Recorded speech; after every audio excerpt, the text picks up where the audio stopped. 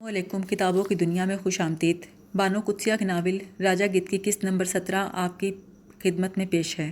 میں اور بھابھی سولت خاموشی سے ٹیکسی میں بیٹھے رہے۔ موچی دروازے کے باہر جہاں مونگ پھلی چلغوزے اور ڈرائی فروٹ کی دکانیں ہیں، بھنے ہوئے چنے مونگ پھلیاں تھوک کے بھاؤ بیچی جاتی ہیں، یہاں ہم نے ٹیکسی چھوڑی اور پیدل چل دیے۔ اس بازار کی اشیاء، یہاں کے لوگ اور یہاں کی بولی سن کر لگتا تھا جیسے ہم کسی قصباتی علاقے میں آ گئے ہیں۔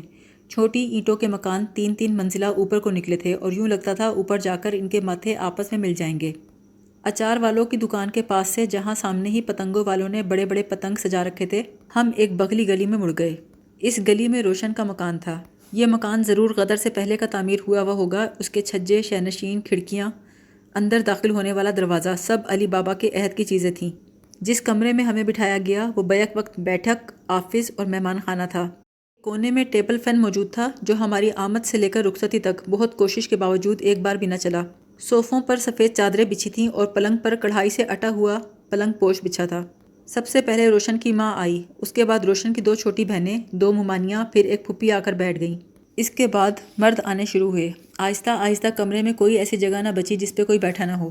میز پر کوکا کولا، پھل، موچی دروازے کی خاص مٹھائی، شامی کباب اور نہ جانے کیا کیا سجا دیا گیا۔ نروس ہونے کی وجہ سے تمام لوگ خاموش تھے، صرف گلبرگ میں بیاہی ہوئی ایک پھپھی بات چیت کر رہی تھی۔ بولی، آپ ریڈیو اسٹیشن پہ کام کرتے ہیں نا؟ جی۔ بھابھی نے کہا، آج کل یہ چھٹی پر ہیں، ان کی طبیعت کچھ ٹھیک نہیں۔ پھپھی بولی، آپ حامد صاحب کو جانتے ہیں؟ وہ میرے شوہر کے کزن ہیں، ریڈیو اسٹیشن پر انجینئر ہیں۔ مجھے چھوٹے سے قد کے حامد صاحب یاد آ گئے۔ جی میں جانتا ہوں، ذکی صاحب کے گھر بھی آنا جانا ہے ہمارا، وہ ڈراموں میں کام کرتے ہیں، بڑی مزاحیہ طبیعت ہے ان کی۔ جب بھی ہمارے گھر میں کوئی فنکشن ہوتا ہے وہ ضرور آتے ہیں، اپنے ساتھ زندے بھی لے کر آتے ہیں ریڈیو اسٹیشن کے۔ مجھے سرے سے یاد نہ آ رہا تھا ذکی صاحب کون ہیں، لیکن لا علمی ظاہر کر کے میں ان کو شاک کرنا نہیں چاہتا تھا۔ میں بولا، بڑے اچھے آرٹسٹ ہیں وہ۔ موچی دروازے کی باقی عورتیں تحیر سے ہم دونوں کی باتیں سن رہی تھیں۔ شلوار قمیضوں میں ملبوس تاجر پیشہ دکاندار مرد کھانے پینے کی چیزیں لانے میں مصروف تھے۔ پھوپھی کی معلومات کے آگے کسی کا دیا جل ہی نہیں سکتا تھا۔ بڑی دیر تک پھوپھی جان مجھ سے گلبرگ والوں کی باتیں کرتی رہیں، پھر اس سامان کا ذکر کیا جو وہ حال ہی میں ہانگ کانگ سے لائی تھیں۔ اس کے بعد انہوں نے اپنے بچوں کی پڑھائی کی باتیں کیں، پھر پاکستانی کردار کی دھجیاں بکھیریں کہ ہم لوگ دوسرے ملکوں کے مقابلے میں کس قدر پست کردار ہیں۔ اس کا تجزیہ کیا، حالیہ سیاست پر اظہار خیال کیا، پھر مرد عورت کے باہمی تعلقات، مرد کی فطری کمزوری پر بڑی فصیح گفتگو کی۔ اس دوران بھابھی سولت مکان کے اندر روشن سے ملنے چلی گئیں۔ بڑی دیر کے بعد بھابھی واپس آئیں تو ان کے ساتھ روشن تھی۔ میں نے اسے چک کے سامنے کھڑا دیکھا، موتیا رنگت، ہلکا زرد لباس، پھیکے پھیکے ہونٹ اور بہت خوبصورت ہاتھ۔ اس نے میری طرف ایک بار بھی نگاہ اٹھا کر نہ دیکھا۔ کمرے میں شام کا اندھیرا چھانے لگا تو بھابھی سولت اور میں وہاں سے رخصت ہوئے۔ واپسی پر بھابھی سولت نے پوچھا، کیسی ہے؟ میں نے کہا، اچھی ہے۔ سب سے اچھی بات بتاؤں قیوم، سخت پردے میں پلی ہے، ماموں زاد، چچا زاد، پھپھی زاد بھائیوں سے بھی ملنے کی اجازت نہیں۔ تمہیں بھی نگاہ اٹھا کر نہیں دیکھا، خوش نصیب ہو قیوم، ایسی لڑکی اب انہی علاقوں میں مل سکتی ہے، ورنہ اگر گلبرگ میں ڈھونڈتے تو بڑی تیز لڑکی ملتی۔ میرے دل میں چھوٹی سی امید کی کرن پھوٹی۔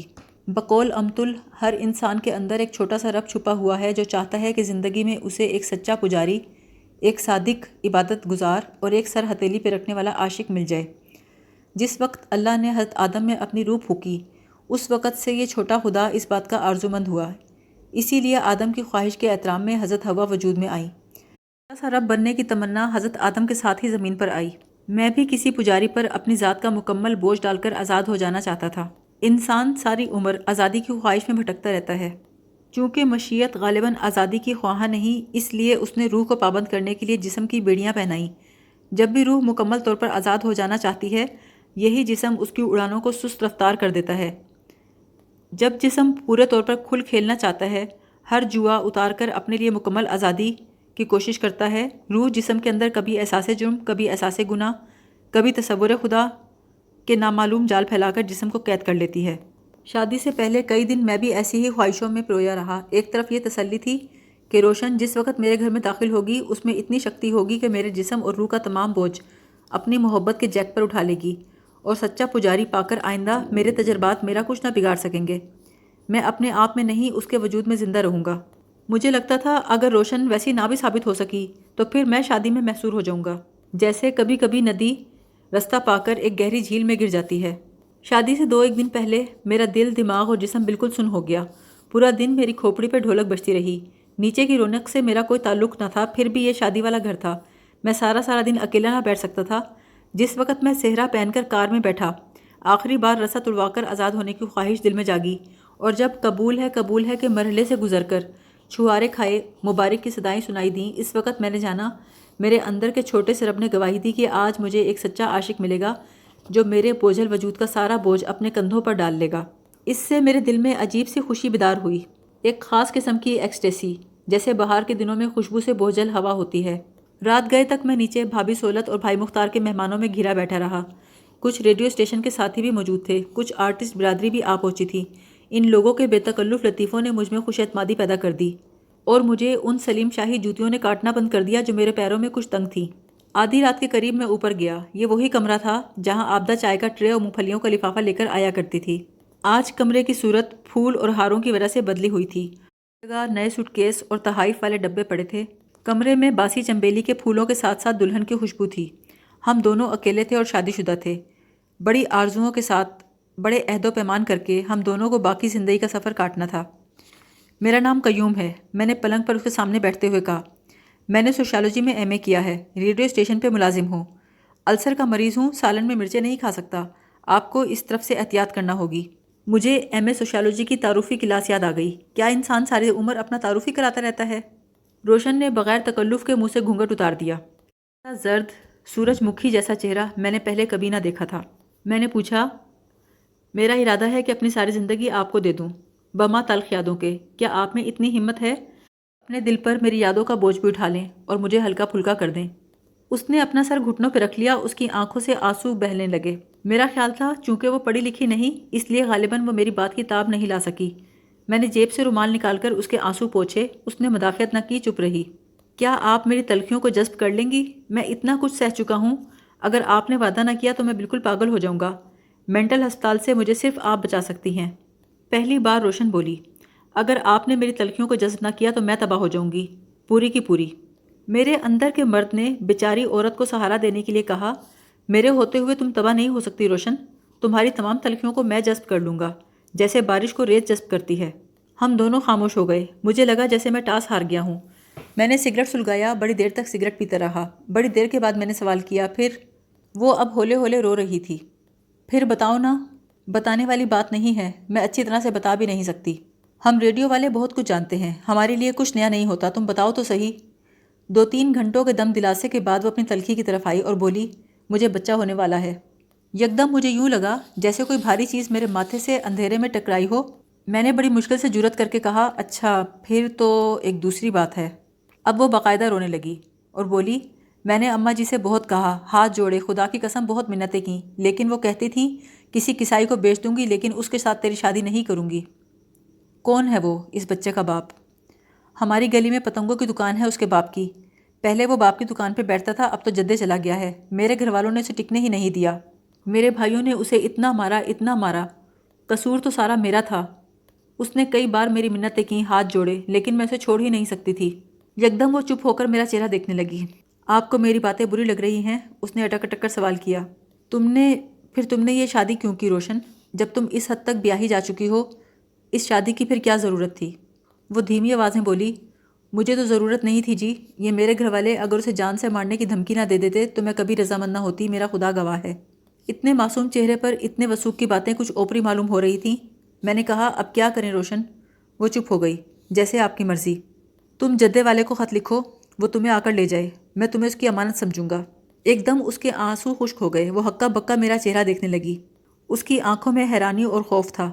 میں نے کہا، چاہو تو میں ابھی تمہیں طلاق دے دوں، چاہو تو اس کی آمد پر فیصلہ کر دوں گا۔ میں نے جیب سے ایک خوبصورت گھڑی نکالی۔ اس گھڑی میں دن، وقت، مہینہ، چاند، رات سب کچھ نظر آتا تھا۔ یہ گھڑی میں نے اس امید پر خریدی تھی کہ جس وقت میں یہ گھڑی روشن کی کلائی پر باندھوں گا، اس لمحے کے بعد اپنی زندگی کا پیٹرن مکمل طور پر بدل دوں گا۔ اس کے بعد میرے وجود کی تمام سوئیاں اس کے تابع چلیں گی۔ میں نے وہ گھڑی اس کے پاس رکھ کر کہا، وقت دیکھ لو روشن، اس وقت میں تم سے عہد کرتا ہوں کہ تم یہاں مہمان ہو۔ جب تک تمہارے حالات اجازت دیں یہی رہو۔ اپنے آپ کو میری بیوی ظاہر کرنے میں سہولت ہو تو ایسے صحیح، یہ رتبہ ناپسند ہو تو تم کھلم کھلا کہہ سکتی ہو کہ تمہارا مجھ سے کوئی رشتہ نہیں۔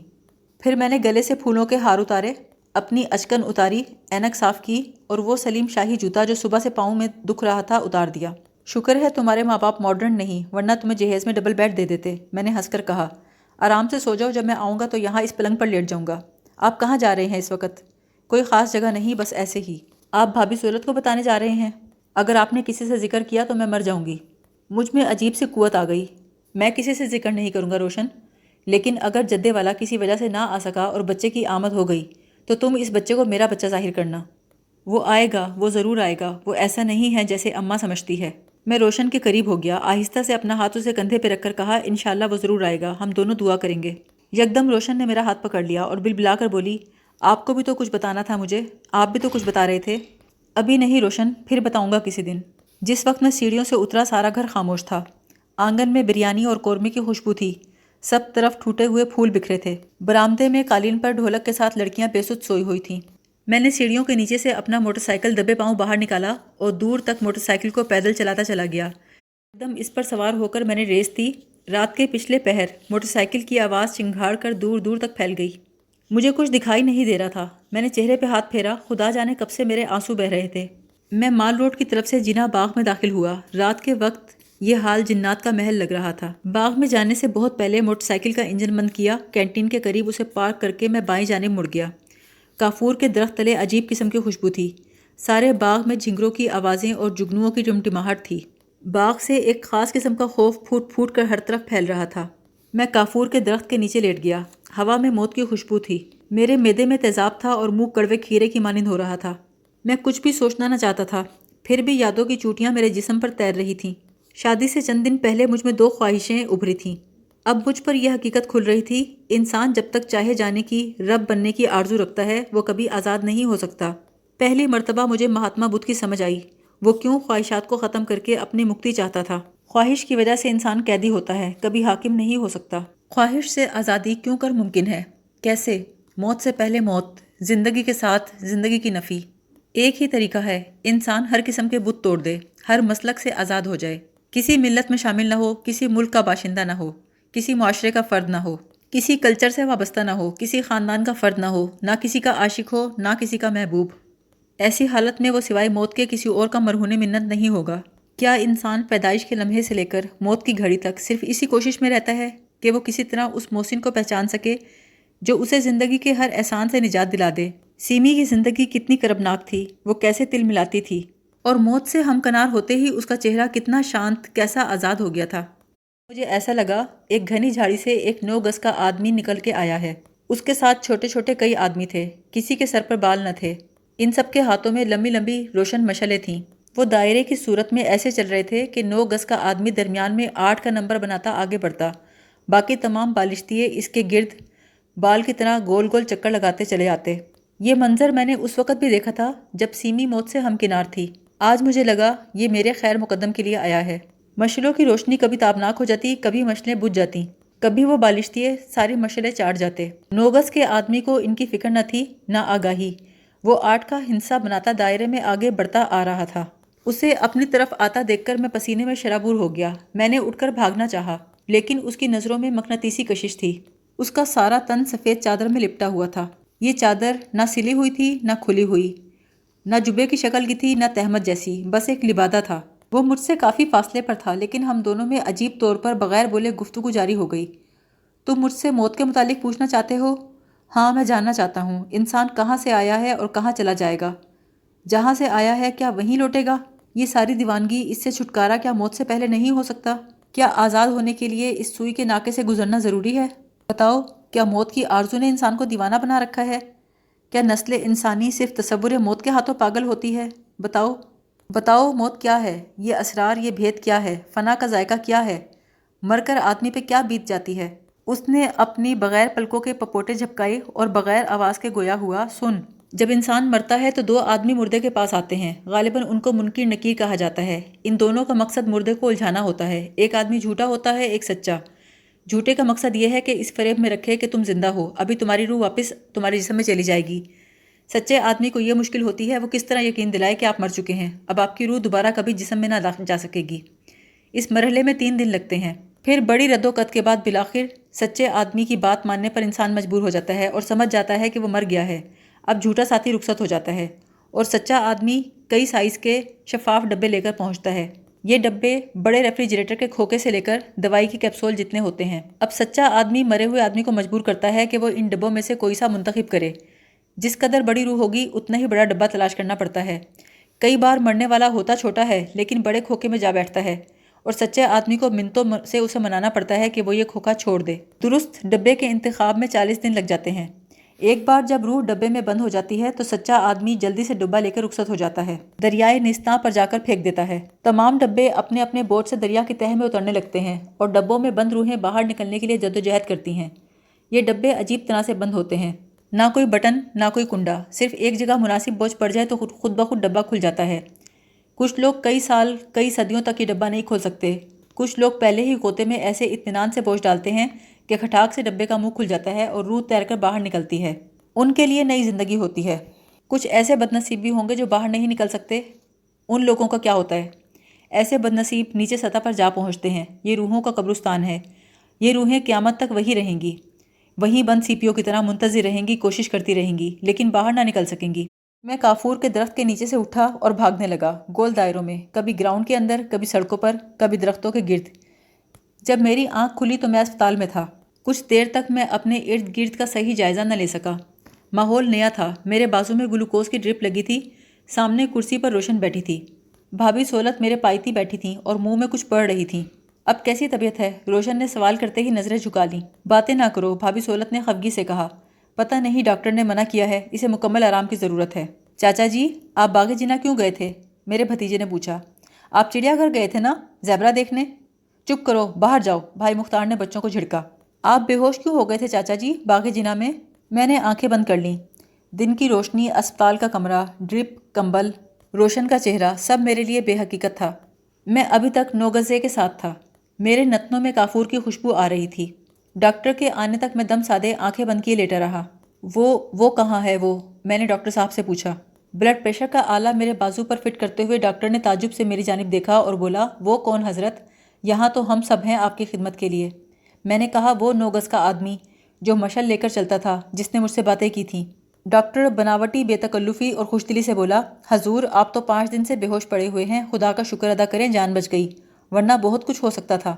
میں نے آنکھیں بند کر لیں۔ میری باتیں کسی کو سمجھ نہیں آ سکتی تھیں۔ بھابھی سولت اور ڈاکٹر آپس میں کھسر پھسر کرنے لگے۔ آواز آئی، بے ہوش ہو گیا ہے پھر۔ ابھی انہیں آرام کی ضرورت ہے، ہم انہیں ٹرینکولائزر دے رہے ہیں۔ روشن کی آواز آئی، ابھی تو یہ ٹھیک تھے۔ ڈاکٹر کی آواز آئی، بس جی بارڈر لائن کی کیفیت ہوتی ہے، کبھی مریض ہمارے پاس آ جاتا ہے، کبھی ادھر چلا جاتا ہے ایب نارمل لوگوں میں۔ آپ ان کی مدد نہیں کر سکتے؟ روشن نے سوال کیا۔ کر رہے ہیں بی بی، ہم سب کچھ کر رہے ہیں، لیکن ایسا کیس ہمارا نہیں ہوتا، انہیں کسی سائیکو تھراپسٹ کی ضرورت ہے۔ سرے دست جو کچھ بھی ممکن ہے ہم کر رہے ہیں۔ اس کے بعد کسی نے میرے بازو میں انجیکشن لگا دیا۔ بھابھی سولت کے رونے کی آواز آئی اور رفتہ رفتہ مجھے یوں لگا جیسے میں کھسک رہا ہوں چارپائی سے، بستر سے۔ میرا سر بوجھل تھا۔ میں بازو اٹھا کر ناک کھجانا چاہتا تھا، آنکھیں کھول کر دیکھنے کی آرزو تھی، لیکن نہ میری آنکھ کھلتی تھی نہ بازو اوپر اٹھتا تھا۔